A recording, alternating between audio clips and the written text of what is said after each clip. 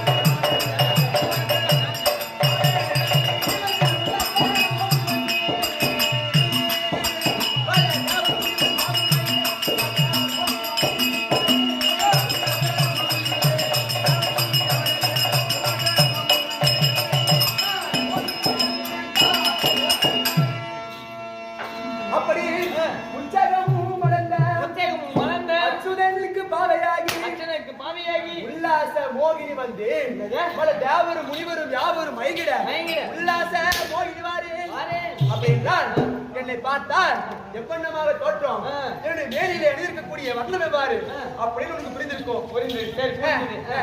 நான் தான் யாரு யாரு யாரு பார்த்தனுக்கு ரதசாரதி. யாரு பார்த்தனுக்கு ரதசாரதி?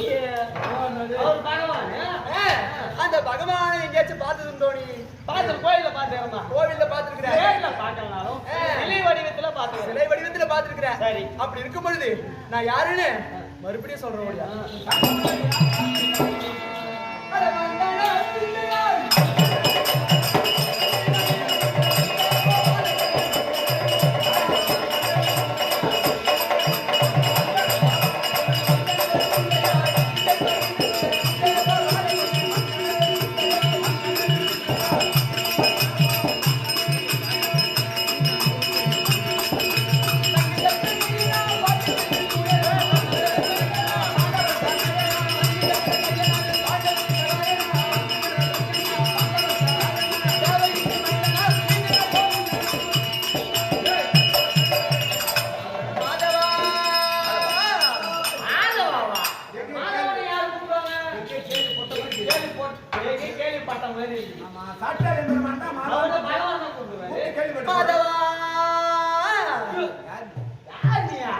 என்னை பார்த்தா தெரியவில்லையா?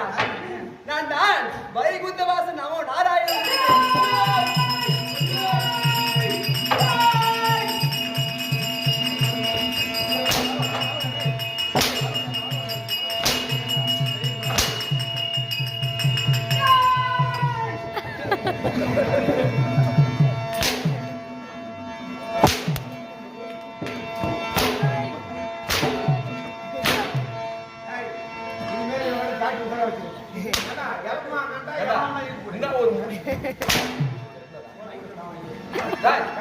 எதுக்கு கோமா இல்ல? டேய் இந்த பேட் பேட் குடிக்கிறங்கடா.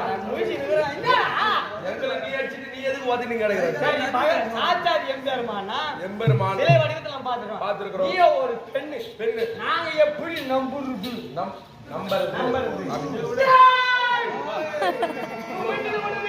அப்புறம் காலையில பாத்துக்கிறோம். தெரியலையா?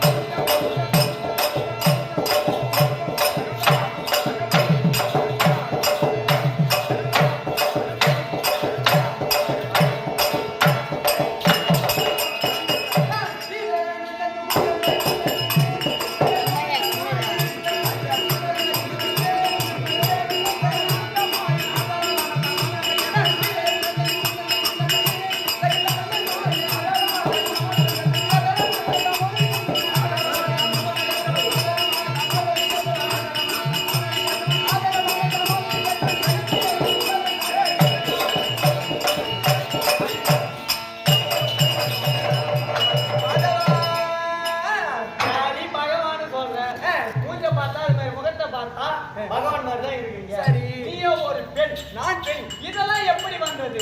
ஓஹோ. பகவான் என்று இருக்கிறீர்களே. ஏம்மா, பார்க்கும்போது, முகத்தை பார்க்கும் பொழுது பகவான் போல தெரிகிறது. உண்மைதான். முகத்தை பார்க்கும்போது லட்சணத்துல தெரிகிறது. ஆனா நான் தான் பகவான் சொல்றீங்களே, எதுக்கு இப்ப பெண் எடுத்துட்டு எதுக்கு? எப்படின்னு கேட்கிறேன். பகவான் என்று உரைக்கிறீர்களே, இந்த நகைகள்லாம் யாருது? நகையெல்லாம் யாருது? இந்த உருவம் எப்படி வந்தது? புடவை யாருது? புடவை யாருது? அப்படின்னு கேட்கிறேன். டேய், எனக்கோ இருக்கக்கூடிய மனைவிமார்கள் மொத்தம் எத்தனை பேரு? 28,010 மனைவிமார்கள். 28,010. அப்படி ஒரு புராணம் 28,010 மனைவிமார்கள் கூறுகிறது. மறு புராணம் என்ன சொல்றதுன்னா 16,100 பெண்கள். 16,100 பெண்கள். அப்படி அந்த 28,010 மனைவிமார்களே அஷ்டபாரியில் 8 பேர் இருக்காங்க எனக்கு. யார் யாரு? அந்த அஷ்டபாரிகளே இஷ்டபாரியார் விளங்க முடியாது. சத்யபாமா ருக்மிணி. ஓ சத்தியபாமா ஆமா. அது கால இருக்குது. சரி, அவங்க வந்து சத்யபாமா இதோ போட்டிருக்கேனே. இது என்ன இது? செயின். ஆமா. இந்த நகைகள், அந்த ஒட்டியானம், இந்த கம்மல் தோடெல்லாம் சத்யபாமாவுடையது. சரி, அதெல்லாம் சத்தியபாமா கொடுத்தாங்க. இந்த புடவை ஜாயிண்ட் யாரு கொடுத்தது? இந்த சேலையும் இது யாரும் கேக்குறீங்க? அப்படி இல்லாதோ இதுதான் என்னுடைய ருக்மணி விராட்டி. இது சரி, இதெல்லாம் கொடுத்தாங்க. சும்மா சொல்லணும்.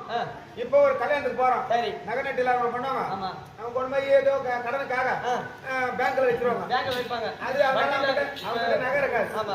இந்த மாதிரி ஒரு கல்யாணத்துக்கு போறேன், ஒரு விசேஷத்துக்கு போறேன்.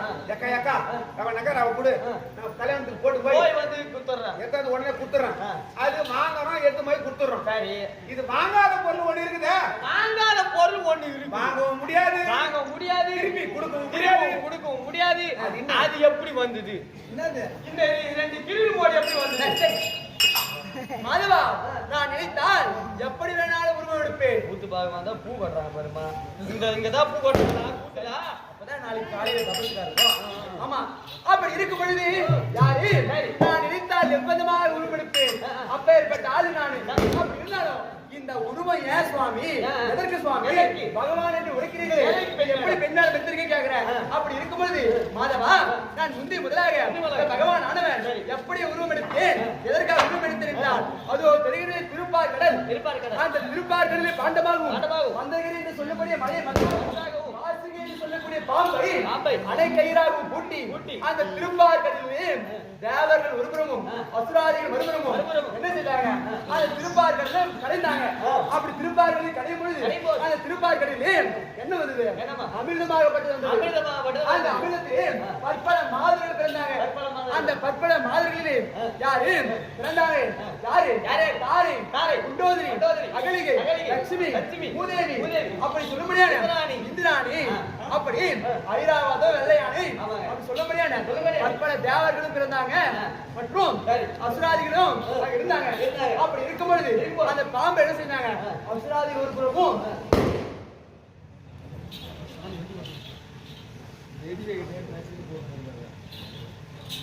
அப்படி இருந்தாலும் அதுல தேவர்களுக்கு என்ன செய்தாங்கன்னா அசுரர்கள் எல்லாம் அந்த அமிர்தத்தை கடைந்து அவர்கள் உண்டு விட்டால் என்ன அவர்களுக்கு எப்பேற்பட்ட அறிவினா படைக்கலாம். அப்படி என்று தேவர்களுக்கு மட்டுமே அந்த அமிர்தத்தை பகவான் ஒரு பெண்ணாக மாறி உருவத்தை கொண்டு அந்த அமிர்தத்தை எடுத்து சென்றார். அப்பொழுது எடுத்து நான் இந்த அவதாரம் முதலாக. இரண்டாவதாக யாரு? பத்மாசூரன். தன்னாலே அறிய வேண்டும் என்பதற்காக, தான் பெற்ற வரத்தினாலே அறிய வேண்டும் என்பதற்காக மைத்திரத்திலே வரத்தை வாங்கி, என் மைத்திரர் யாரு? சிவபெருமான். அந்த சிவபெருமானிடத்திலே வரத்தை வாங்கி அவருக்கே அந்த வரத்தை சோதிப்பதற்காக என்ன செய்தாரு? அவர் கரத்தை எடுத்து மேல வைக்க சென்றார். பத்மாசுரன் வாங்கிய வரத்தின் பிரகாரம் ஓடினார். அந்த வரத்தை வாங்கி ஓடிவிட்டு என் மைத்துனராக கூட சிவபெருமானை துரத்திக் கொண்டே ஓடினார். அப்படி ஓடிக்கொண்டு இருக்கும் தருவாயை என் மைத்துனராகப்பட்டவர் ஐவேரங்காட்டில மறைந்தார். உடனடியாக பார்த்தேன். மைத்துனர் அபயமின்றி பொருள் கொடுத்து ஓடி வந்தார். பார்த்த உடனே யாருக்கும் அங்க செல்ல முடியாது. பெண் உரிமை நினைத்தால் இருக்கக்கூடிய அவதாரம் இந்த பகவானுக்கே உண்டு என்பதற்காக நான் பார்த்தேன். உடனடியாக அழகான இந்த மோகியின் உருவத்தை எடுத்தேன். ஆமா, பெண்ணுருவமாக மாறி அங்கே இருக்கக்கூடிய பத்மாசுரனை காமத்திற்கு அழைத்து காம இச்சைக்கு வர வேண்டி என்ன செய்த? அங்கே அவனுக்கு இறப்பு வர வேண்டும் என்பதற்காக நான் நாங்கள்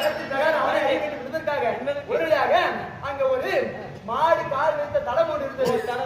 அந்த தடத்திலே ஏனென்றால் பகவான் போய் அஸ்வத்யாக மேல இருக்குது. ஆமா. ஆமா, துர்நாற்றம் வீசுகிறது. அந்த நீ துர்நாற்று, சென்று குளித்து விட்டு வந்தால் என்னுடன் சேர வேண்டும். கூடி சேரலாம். கூடி சேரலாம். அப்படி உரைக்கவும். அப்படின்னு நான் உரைக்கவும் பார்த்தார். பத்மாசுரன், நீ இங்கே இருப்பேன்னு நான் சென்று வருகிறேன் பார்த்துவிட்டு உடனடியாக அனைத்து நீர் குளங்கள் இருக்கிறதா என்று கேள்வி பார்க்கிற பத்மாசுரன்.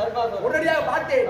அந்த இடத்துல இந்த பகவானுடைய மாயினாலே அங்கே குளமும் ஏரியும் குட்டையும் எதுவுமே இல்லாம அங்கே காய்ந்த வறண்ட நிலையாக இருக்கு. சரி. பார்த்தார் பத்மாசுரன், தண்ணி எங்கேயுமே கிடைக்கவில்லையே. பார்த்து ஒரு ஆடுடைய மாட்டு கொட்டையை, அந்த கொட்டையை பார்த்து அங்கே மாடு கால் வைத்த தடம் கொண்டு, ஆமா, அந்த இடத்துல தண்ணீராகப்பட்டது சிறிதா இருந்தது. அது எடுத்து தன்னுடைய வலது கை, இந்த வலது கை பிரகாரம் கையில வைத்தார். பஸ்மலாய் அங்கே இருந்து விட்டார். தன்னாலே தான் கேட்டவன் பத்மாசுரன். இதற்கு தான் தன்னாலே தான் கேட்டவன் என்று ஒரு பெயர் இருந்தது. அது போக இந்த மகாபாரத காவியத்திலே யாரு இதே போன்று அர்ஜுனன் கோகவதி மாளிகை சொல்லக்கூடிய இந்த கோவிலை எடுத்த அது போக இன்றைய தினத்துல யார் வந்திருக்கிறார், எதற்கு வந்திருக்கிறார்?